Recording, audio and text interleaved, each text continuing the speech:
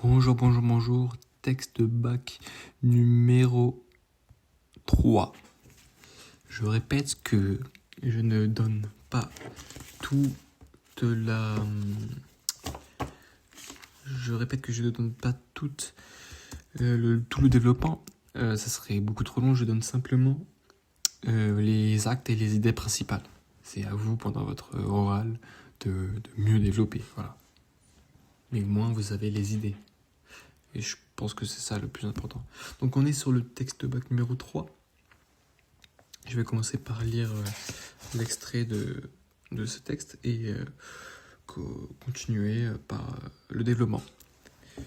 Donc toujours l'œuvre On ne bâtit pas avec l'amour de Musset. On est sur l'acte 3, scène 8.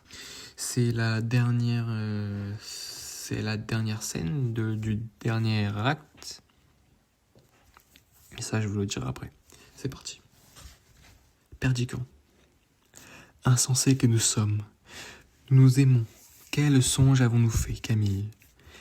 Quelles vaines paroles, quelle misérable folie ont passé comme un vent funeste entre nous deux. Lequel de nous a voulu tromper l'autre? Hélas, cette vie est elle-même un si pénible rêve. Pourquoi encore y mêler les nôtres? Oh mon Dieu, le bonheur est une perle si rare dans cet océan d'ici-bas. Tu nous l'avais donné, pécheur céleste. Tu l'avais tiré pour nous des profondeurs de l'abîme, cet estimable joyau. Et nous, comme des enfants gâtés, nous avons fait un jouet, le ver sentier, qui nous emmenait vers l'un à l'autre, avec une pente si douce. Il était entouré de buissons si fleuris, il se perdait dans une tranquille oraison. Il a bien fallu que la vanité, le bavardage et la colère vinssent jeter leurs rochers informes sur cette route céleste. Nous qui aurons conduit à toi, dans un baiser, il a fallu que nous finissions mal.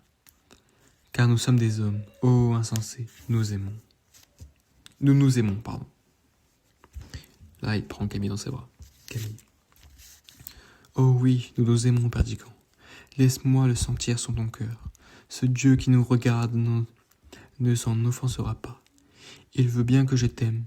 Il y a 15 ans qu'il le sait. Perdicant. Chère créature, tu es à moi. Il l'embrasse. On entend un cri derrière l'autel.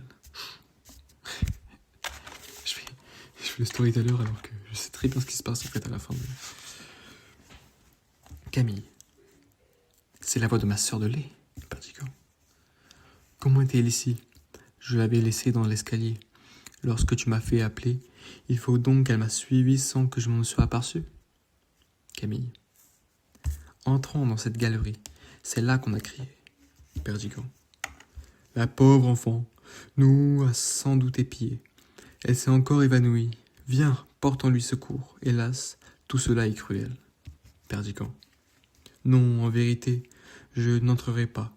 Je sens un froid mortel qui me paralyse. Vas-y, Camille, et tâche de la ramener. Camille sort. Toujours Perdicant. Je vous en supplie, mon Dieu. Ne faites pas de moi un meurtrier. Vous voyez ce qui se passe. Nous sommes deux enfants insensés, et nous avons joué avec la vie et la mort. Mais notre cœur est pur, ne tuez pas Rosette. Dieu juste, je lui trouverai un mari. Je réparerai ma faute. Elle est jeune et elle sera riche. Elle sera heureuse. Ne faites pas cela, ô Dieu. Vous pouvez bénir encore 4 de vos enfants. Eh bien, Camille, qu'y a-t-il? Camille entre. Elle est morte. Adieu, Perdicant. C'est terrible. Non, on s'en branle. On s'en branle, c'est des textes bacs, on s'en branle, c'est pas terrible. Allez, on reprend. Donc, pour l'introduction du texte bac numéro 3, c'est toujours la même. Et je vais vous la refaire. Allez, hein. C'est du coup l'introduction générale du texte bac numéro 1. C'est parti, introduction. Musset a écrit « On ne badine pas avec l'amour » sur commande de son éditeur à l'âge de 24 ans en 1834. Elle appartient au second volume du recueil « Un spectacle dans un fauteuil ». Après l'échec de la pièce « La nuit vénitienne », en 1830, Musset de Cycle Musset décide d'écrire une pièce de théâtre destinée à être lue et non jouée. L'influence de sa relation avec George Sand est indiscutable. Dans cette œuvre qui s'interroge sur le sentiment amoureux, il s'agit d'un proverbe, une pièce illustrant un maxime. Ici, le titre annonce le thème central, mais il sonne comme un avertissement. On reprend avec l'intro du texte bac numéro 3. Cet endroit appartient à la dernière scène de la pièce, le moment où les problèmes rencontrés au cours de l'intrigue sont résolus, de façon heureuse ou malheureuse. Il s'agit des dernières répliques, échanges entre Camille et Perdiccas. Cette scène se trouve dans un oratoire, et c'est la première fois où les personnages se rencontrent sans y avoir été invités. Camille prie et Perdiccas entre sans raison apparente, chacun dans un monologue initial, construit de façon symétrique, reconnaît ses erreurs dès lors qu'ils sont honnêtes avec eux-mêmes. Ils peuvent avouer leur amour. Problématique, parce qu'il y en a toujours une. En quoi cet aveu va-t-il confirmer l'avertissement concerné dans le titre ? Mouvement 1. Mouvement 1. L'aveu de leurs sentiments. Perdiccas ne répond pas à la question de Camille. Il comprend qu'il a été insensé. Il avoue ses sentiments. Il avoue qu'il aime Camille. On a le champ lexical de l'erreur, car il regrette d'avoir joué avec cet amour. Donc il y a une introspection. Il exprime son désarroi, son regret. Camille et Perdiccas ont fait de cet amour un jouet. Mouvement 2. Les conséquences tragiques. Perdiccas sent que la mort a frappé sur Rosette au moment de l'aveu. Contrairement à Camille qui ne comprend pas la grave situation. La scène s'accélère avec des verbes de mouvement et des répliques plus courtes. La dernière réplique de Perdiccas est comme une prière. Il ne voulait pas le mal de Rosette. Je me trompe de livre. La mort n'est pas représentée sur scène, mais on la comprend.